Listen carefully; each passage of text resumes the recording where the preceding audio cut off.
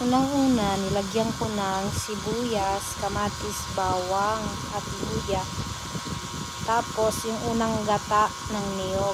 Then, nilagay ko na yung tilapia. Pinatong-patong ko na at sayote. Tapos, pinakuluan muna natin ng ilang minuto. Then, yan, kumulo na. Tapos, lagay na natin yung unang gata ng niyog. Yan. Yan. Tapusin na lahat. Tapos, kung gusto mo ng sili na may anghang, lagyan ng siling anghang.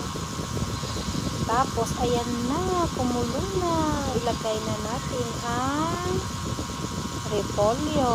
Ayan. Ikalat mo lang ng maigi. Yan. At pagkatapos, takpan ulit natin. Ay, hindi pala.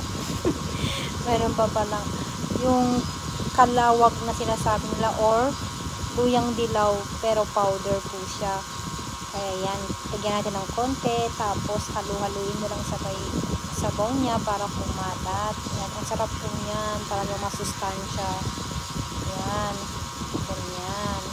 Hindi yung puro puti na lang na niyog.